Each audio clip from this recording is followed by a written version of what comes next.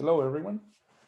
So today I'm going to be talking about an introductory graph theory class, or in particular, we're going to be discussing some of the notation and key concepts regarding networks. Okay. Okay. So let's go ahead. So the first thing that we're going to be discussing is the actual definition of a network. So in the most basic form, a network can be seen as a collection of points that are connected by lines. So, what are these points? We usually call these nodes or vertices, whereas those lines connecting the nodes are called links or also edges and arcs. And this is going to really depend on the field mostly, but usually they all have similar meaning. So, in operations research, we use a lot sets of nodes and a set of links or arcs for A, but also in other types of fields, like in graph theory, they usually use more vertices and edges. So you're going to see a graph described by these two. But in general, the meaning is similar. Now, in those networks, the links can be undirected or bidirectional. And what it means is that whenever you're connecting a node I with node J, it really doesn't matter the connection per se. So that link is going to be connecting both I with J in that direction and also in the direction from J to I. But in some other cases, if we want to be more specific, we're going to be calling that network a directed network. And in that case, a link that goes from I to J implies that only flows can go from I to J, not from J to I. If you wanted to have a flow from J to I, then you would have to define a separate link or a separate arc in that direction. So what are nodes in general? So nodes in general are going to be represented maybe locations or components associated with a specific system. And the links or arcs are going to be associated more with different connections between those components. One example of this would be the internet. So in the internet, what we have is a network that is connecting different computers and servers. So these would be the nodes. And the physical connections between these would be the different cables that are connecting the computers. So if we look at a representation of this would be a picture associated with the internet in 2015 for different regions of the world. So you can see that is highly connected, but also you can see that there are multiple groups there per color. Those are related to regions that are more connected between themselves. So if we want to have a more sort of streamlined depiction of this, so what happens is that you're going to have end users in different parts of the world, let's say you and me, and then we are going to be connecting with first local servers, and then we go to regional servers, and then to the backbone really of the internet. And so when we connect to other people, we really have to go through different servers to reach that other person. Networks can be also used for social networks, for example. So in this case, um, we are going to have people as the nodes, and then the different acquaintances or friendships between the people would be the links. One of these examples would be a Wayne Zachary's Karate Club network. So this is one of the first ones created around the 70s. And this has 34 nodes, and you see actually in the right figure that depiction of how the people will be connected. And clearly there are some people that have more connection than others. So that means that they have more friendships, let's say, or interactions with other members. Another example of this would be Facebook, for example, right? Where you have all the people connected to a system. um, so the people will be in this case the nodes, and whenever you have a friend in the system, then that will be a link between you and your friend. Of course, networks can be used for transportation as well. So in this case, the nodes would be the different places where you want to go to, or the different intersections, right? So those locations, whereas the links are the different travel ways that you're going to use to travel from one place to the other. And this applies to railroads, to highways, even air travel. So just to give you an example, here we have the Swedish rail network. And here, not only you're going to have different ways of connecting different places, But also it is important to mention that in this network, we're going to have also different capacities to move the different transportation. And we're going to be discussing that in a second. Another problem that is very famous in graph theory is this problem of the bridges in Königsberg.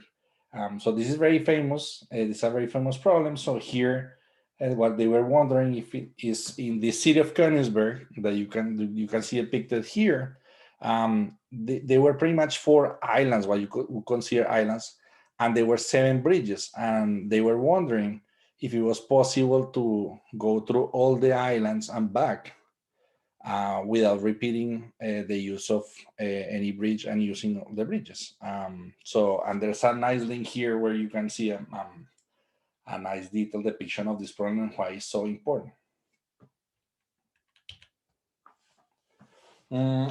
Connected to this idea of the transportation network, hopefully you can see really that this can be extended to a more general distribution networks where links are the means to distribute different commodities and nodes are associated with the different locations or intersections. So this could be, for example, for oil and gas pipelines, you're moving water or wastewater, right? Or in general, even inland waterways. So here is a depiction of the natural gas pipelines in Europe.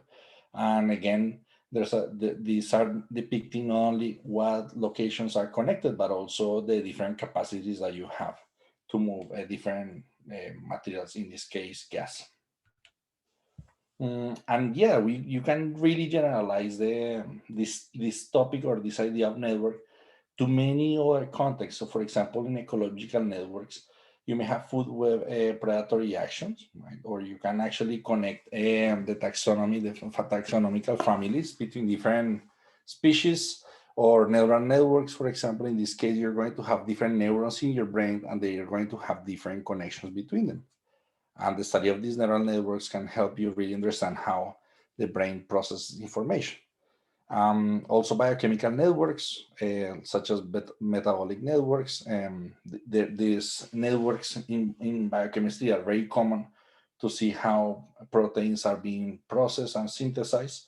And really, whenever you want to study different medicines and study how they can be used in different contexts, they use a lot of networks and compare the different characteristics of these networks. Now, if you want to characterize networks precisely related to what I just mentioned, we need to really start to discuss different properties that are going to come very, very handy to us. So first, as I mentioned, we're going to be having the sets of nodes and links. We usually use this again in network flows analysis and operation research. However, in the book, in Barabas's book, they call this number of nodes and number of links in a network with this N and L respectively, okay? So the first way to describe a node would be literally saying how many nodes and how many links the network has. So that would be a most basic descriptor. So for example, in this case, so this is a depiction of the water network in Shelby County in Tennessee. So in this network, you can see how different locations are connected by pipelines. In this case, we model 49 nodes and 71 links.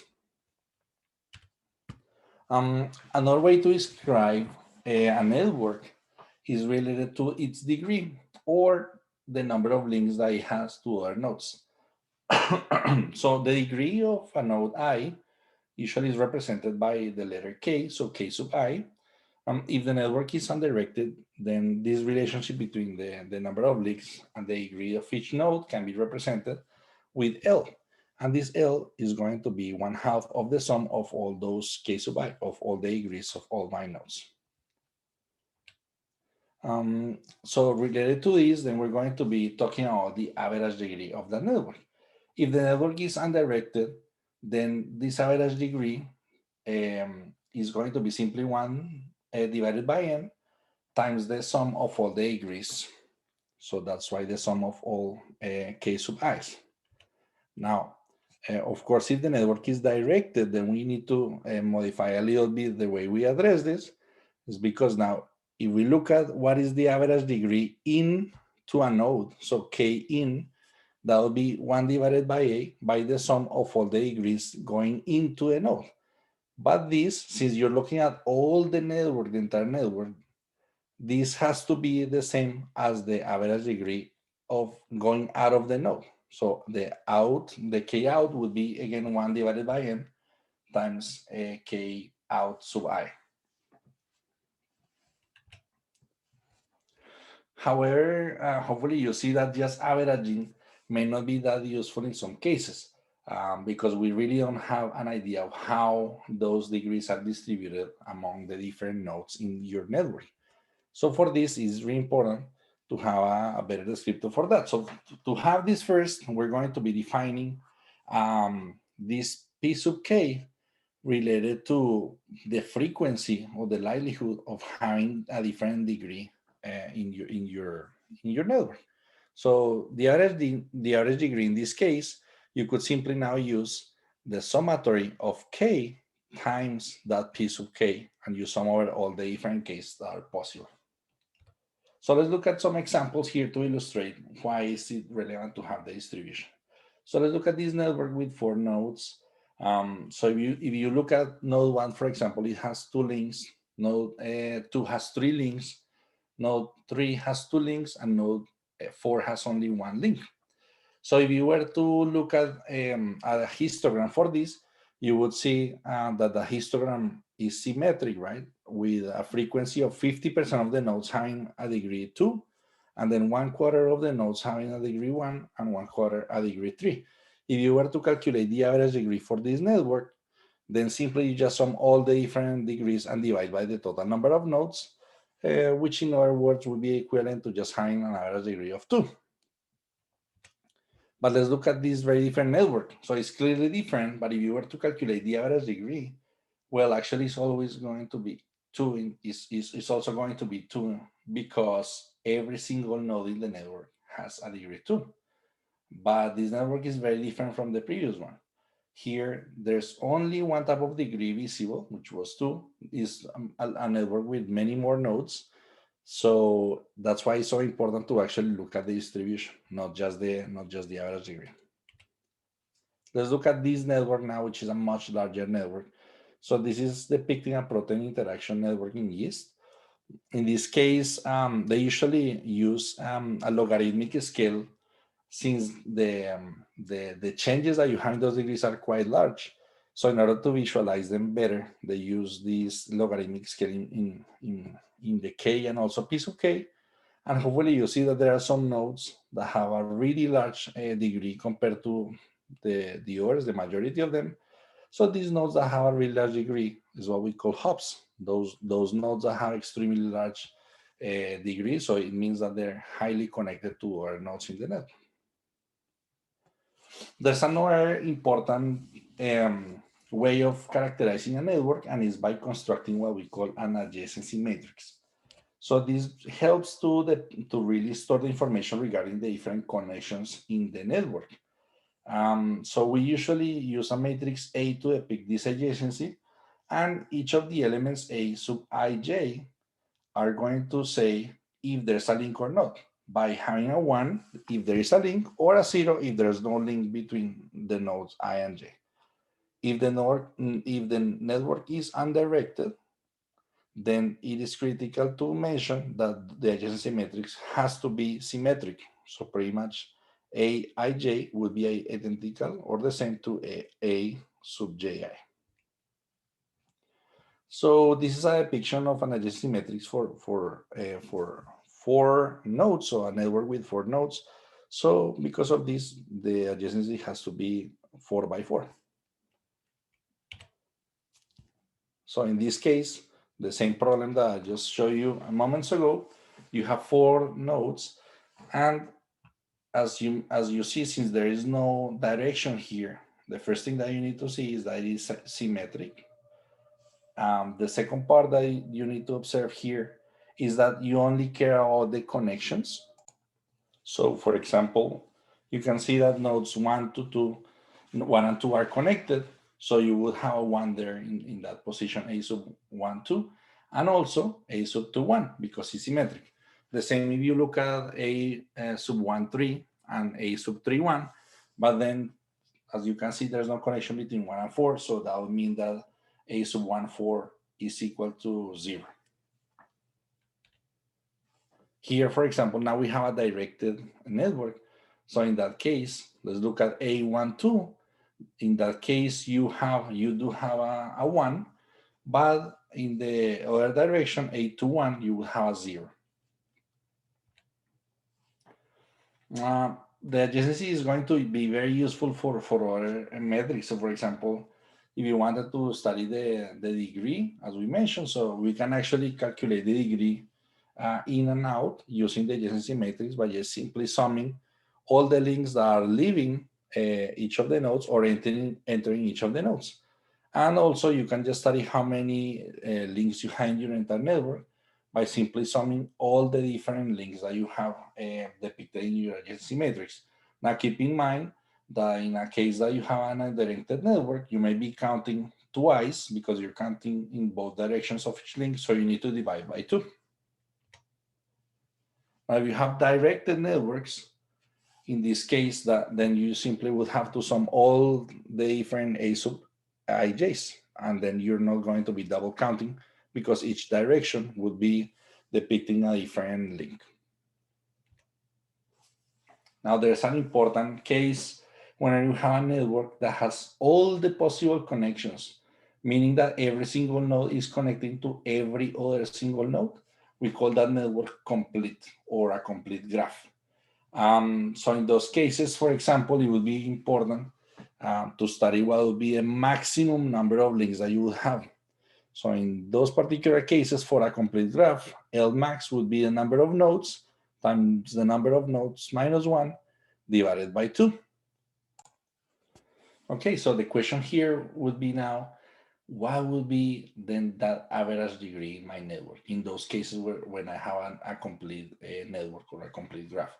Well, if you think about it, it's actually very simple because we know that every single node is connected to every other single node. So if there are n nodes in your system, in your network, that means that you as a node would be connected to n minus 1 nodes all the time, independently on which node you're selecting.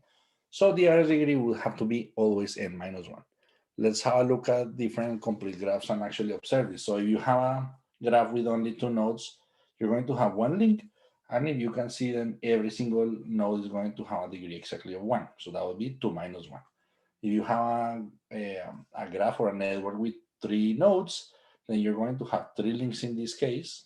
And the average degree would be 3 minus 1, so 2, and so on. Let's actually compare these two cases. So we're going to have to the right, with the nodes in blue, a complete network with n equals 8. In this case, L max will be 28. Now, however, in real life, most of the cases, you're not going to observe networks that are complete. In fact, most networks tend to be quite sparse. So what does it mean? Usually the number of links is going to be much lower than that L max. And because of that, the average degree that is going to be observed is going to be much smaller than the n minus 1. So if you look at that network now with red nodes, the same number of nodes, 8, but then the number of links is going to be 10, just a third of it. And the larger the network is regarding the number of nodes, then the lower is going to be that ratio between the number of links in the regular network and the complete network.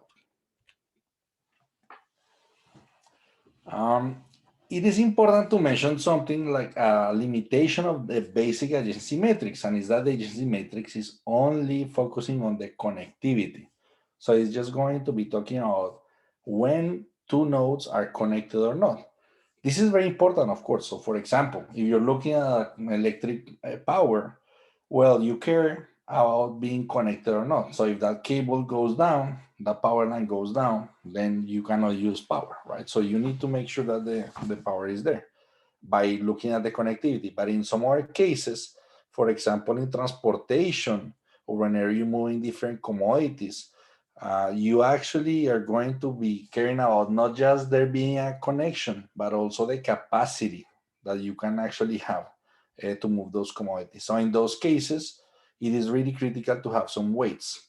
And of course, this applies to many other contexts. No, let's say there are different importances or rankings that you want to give to different links. So that's why it's so important to give also weights. So in those cases, then we're not going to be using the basic adjacency matrix, but we're going to be using a weighted adjacency matrix so that we can have what we call weighted graphs. And in this case, instead of having simply ones or zeros, what we're going to have is a weight W for that pair of nodes ij. Mm, Now we're going to have also a different, really critical, important aspect of a network, and is a path. So whenever you have a network and you want to go from one place to the other or from one node to the other, that path that you follow is going to be very relevant. So in general, just to formally define what a path is, it is going to be the route that runs along the links that you traverse whenever you want to go from the initial node to that final node. Of course, there are different types of paths. So, for example, an Eulerian path, it would be a path that traverses each link exactly once, or what we call a Hamiltonian path is a path that visits each of the nodes exactly once. So let's look at this network right here. So let's say that you want to go from A to B. So you just have to go through that single node in between. You don't have to go through all of them. And with this, hopefully you see that there's an important aspect that we would like to understand, and is how far is one node to the other, or in other words, what is the length of that path. So just basic length would be telling you or calculating how many links you have to traverse to go from node A to node B. And in general, you would say that for a network like this, it seems relatively obvious to know what would be a best path to select. But in general, this is actually a problem that is not that trivial. So that's why we need to find what we call shortest path. So in this case, shortest path would be the path of minimum length between a node I and a node J. We usually call this shortest path with D sub ij if the network is undirected.